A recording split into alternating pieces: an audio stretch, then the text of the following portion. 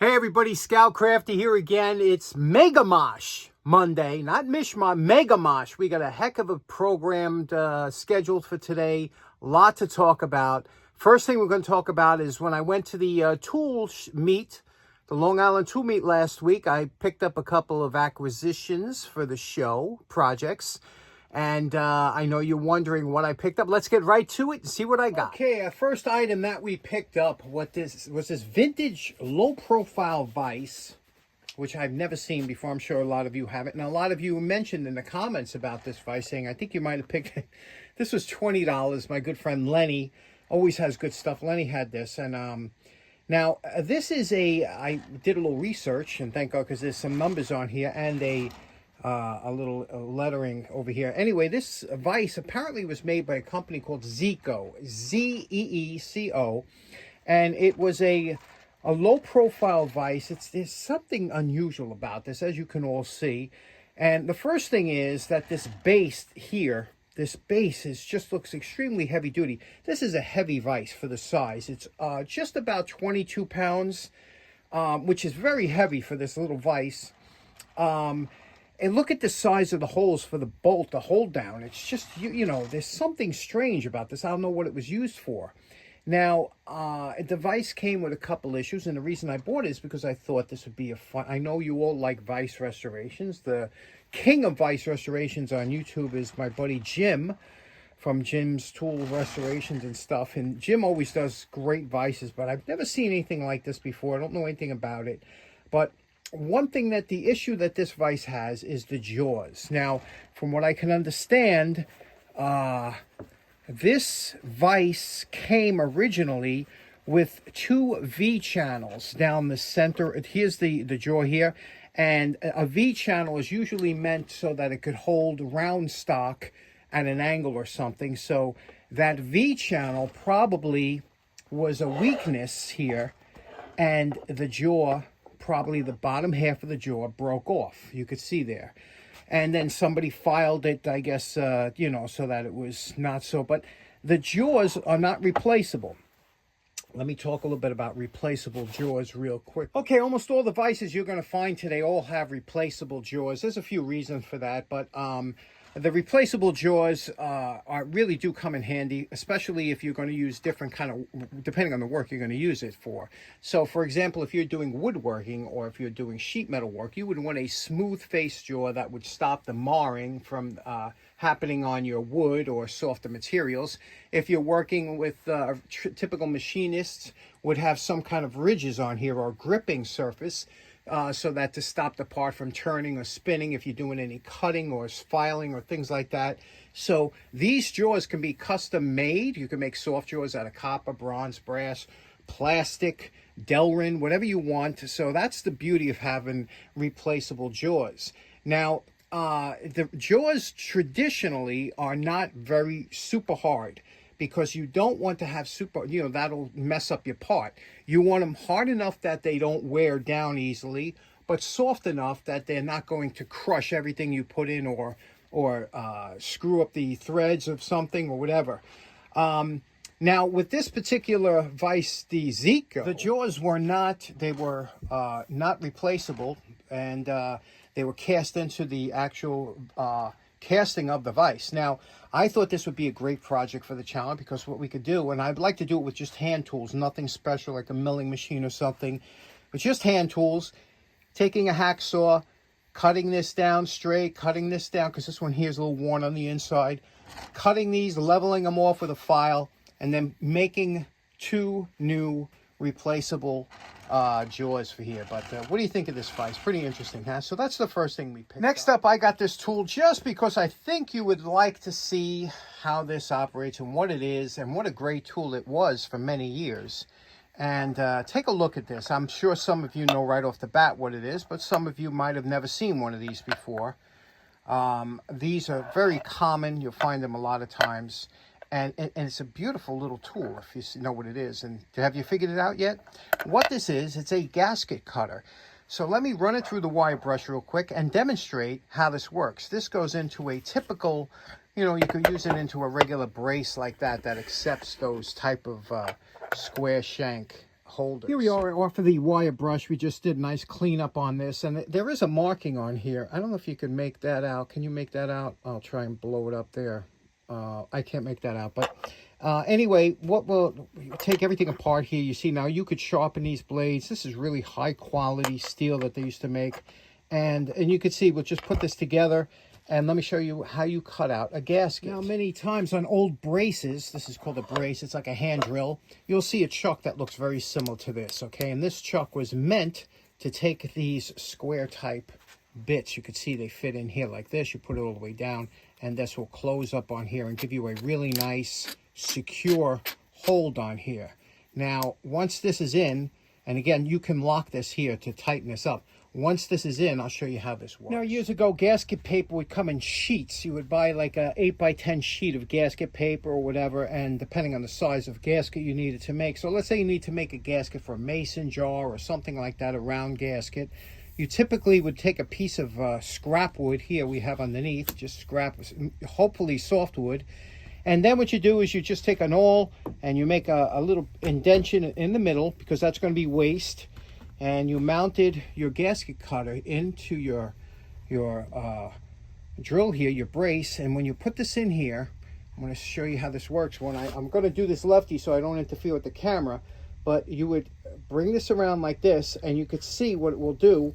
It'll make the cut into the wood, and depending on how sharp you have your bits, but again, you would go lightly around it until you get the gasket cut out. You can see how that works just using, again, this wood isn't perfectly straight and neat, so I'm tilting the drill bit a little bit, but you can see what we're doing here. We're making a cut, and I'll show you what it looks like when I just finish a couple of revolutions. Okay, now you can see, again, you'd have to sharpen these up and keep them really tuned up nicely, but you can see here we made a gasket. You can make any size gasket. It's adjustable, so that's how they worked. And a very interesting tool back in the day, you know, and still works today. It's amazing, isn't it? Okay, next up real quick, you know, a couple weeks ago, we had a scam alert on, you know, the people, they contact you and say that you won a prize from me. They use my name. Well, my buddy Ralph, a good friend of the show, he was at the tool meet, and Ralph is one of those cybersecurity experts and stuff, so Ralph took matters into his own hands. He contacted the people, and pretended to be just a regular person falling for the scam. And he sent him a, I don't know what they call it, but some kind of bullet thing that he sent. And what it was something that constantly would download like gigabytes of information. So every time they tried to open their computer, this thing would try and download this huge form of gibberish or whatever. So needless to say, within a couple days, those people were no longer able to be contacted. So special thanks out to Ralph for taking care of our cybersecurity issues over there. And we had a friend of the show, Chris, come down with his girlfriend Laura, and he brought down a tool I want to show you. So let's check it out. So Chris has been watching the show for a while. He does his own great restorations. He brought down a few projects to show, and he brought this tool down. And he said, "Do you know what this is?" He says, "You know," so I had no idea what it is. Anybody here can figure it out? It's got some kind of guard. It's got some kind of, you know. So I'm saying I don't know what it is, but of course, you know, Ralph was down there, and I said, "Ralph, do you know what the?" So Ralph, he ran the numbers through the computer, through his phone, and he found out that this is actually a sheet metal deburring tool. And it's really cool. Let me show you how this works. You know, we were all trying to figure out what these wings were for. Let me show you how this works, and it's really interesting. Okay, so let's say you're cutting some stock. You're doing a project. You make some, you cut out some sheets of steel or aluminum, whatever you have, plastic, anything like that. It always gives you that, I told you, that rough edge on here, you know. So what are you going to do? Go with a file the whole way down? This is a deburring tool, and you can see that little edge on here. What you do is you hold it onto here like this, and you drag it across. You see the little chips that are coming off there? I'll do it a couple times. I've never used this tool before. This is the first time here, but look at that. Now, what we did, you see it took off that corner here, And you see it, I started here. You can see the difference here between here and here. And I guess depending on how many times you do it or how hard you press down, you can, you know, really take off and do a nice edge on. See that? There's no more sharpness on this over here. You can see that rounded it over. So what a great little tool. Works fantastic and so simple, right? So thanks, Chris, for that. Really appreciate that. Okay, next up, my buddy Mike. Everybody knows it as Mike the Fireman. Mike always gets great deals. He goes to tag sales, everything like that. But he got the best deal of the night, actually. He picked up, before the rest of us could even see it, Chris put out one of those knockoff Gershner boxes. You know, those, but they're nice, the wooden tool boxes. Mike got it for $5. It was absolutely beautiful. $5. So anyway, Mike said he'd like to, it's almost a donation to the show. It's a Acme Tacker. Now it's a J140. I don't know what 141, one of them, but it's the this here. Acme was a big producer of staple guns. They're still in business today, but look at this here. This is a Acme Tacker number 140, and how this works. Let me pull it out here. You can see here a little spring here like this. You can see the staples. We got a couple staples in there, and here it is. The Acme 140 Tacker with the instructions here. It tells you how to load the machine, what kind of staples to use, 140 staples. I think Acme, like I said, they're still in business today. They're not in Cadman, New Jersey. I think they're in New Hampshire now. Here's a parts diagram.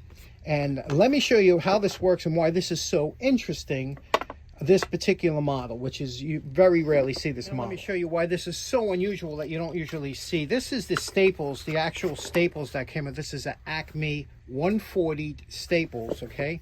And I'm just going to put some in. To put the staples in here, there's a little track, okay? And you pull this here, pull this out of here like this. You place the staples onto the rack here like that, okay? And I'm only putting a few in here. We'll slide it down a little bit. And then this is a follower, goes back on here.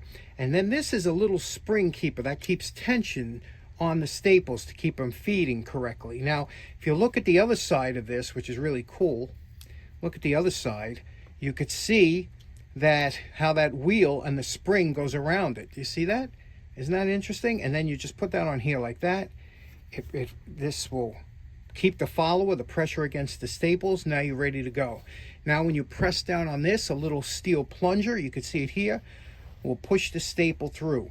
Now this has a accessory shoe on here that you don't usually see, and it's not even in the diagram here. And what that accessory shoe is, this one here. You see it? This screws on with 3 screws, 1, 2, and 3. And that shoe is meant to be able to put staples into round stock. And what would you use that for? Well, do you remember years ago something called a shade for a house? Now, you remember shades? They were on the windows, and you would take these and you would put them in. Now, what you would do is the shade would have a wooden pole on it, and you could either buy new shade, you could bring it to a place, and they would actually put new material, that shade material, on your pole, or you could buy the whole new shade itself, but it would cost more because you're buying a pole again. But if you, I remember my grandmother, we would take the shades down, cut off the bad part, you know, the part that was sun-beaten or ripped or whatever, pull it down, and then cut it and re-tape it on the bottom so that you can get more use. But if you had to staple, let's say, new shade onto the wooden pole here, that's what their shoe would come in handy. See, you would put this around here like that, and you could staple in there. Let me show you how that works. Okay, notice the shoe would rest on the bottom, the heel over here. So you put this onto the wood where you want to put the staple in. Let's say we want to put a staple over here, rest it over here, and when you use just a sharp blow of your hand just on top of this rubber plunger here, look at that, right centered perfectly on that wooden. You could do it again right here, again getting it straight. How great is that? Next up, my buddy Bruce always likes to give something something to see done on the show or something. He gave this box. Look at this beautiful box. What an old timey box, right? Look at that. This is just, and somebody took the time to make this. Just interesting. You can see the varnish starting to crackle. Their initials, I think is that HDA on there? Anyway, they put their initials on here. Nice little box. You can see the inside here. I took this over here. This is a bulb that Dan gave me. My mentor, Dan, gave me a nice bulb. Just needs a little repair on the bottom here. We're going to have to do a little glue on that to hold that in. These bulbs, remember, this is one sealed vacuum glass here that's attached to the bulb. So if you get a bulb that loosens up like that, they usually do work if you could just, you know, re-glue it on. But you have to use a glue that's heat, that won't get screwed up by the heat, because it loosen up. So you can't use like a hot melt or even epoxy. You got to watch. But anyway, what do you think of this box? You think I should restore this, or how would you do it? Okay, next up, a good friend of the show. You know him as Trader Joe, my buddy Joe.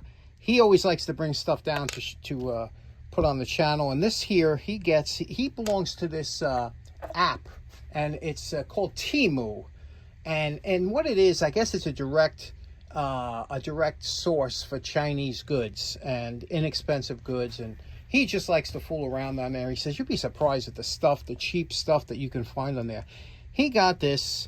Check this out. It's a flashlight, very bright flashlight, by the way. Very, very bright. I can't begin to tell you how bright this is. And then it has bright, it goes medium, goes into a strobe, and then from there it goes to a side. You see the side light, which is extremely bright, these LEDs.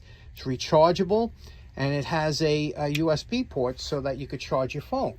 So, and this thing is less than $4. So that's always amazing to me, and him too. That's why he bought a bunch of them just to try them out. Comes with a magnet that you can hang it on something. I don't know. So he thought it would be interesting to show. And I said, this thing works great. Super lightweight.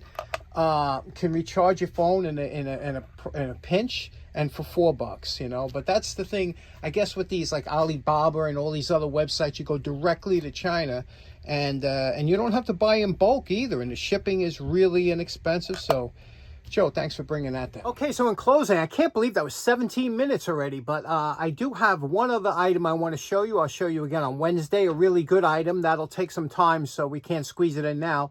Anyway, thanks so much for tuning in. I hope you enjoyed the what I picked up. Let me know what you'd like to see restored, and we will see you again on Wednesday. Have a nice day. Take care now. Bye-bye.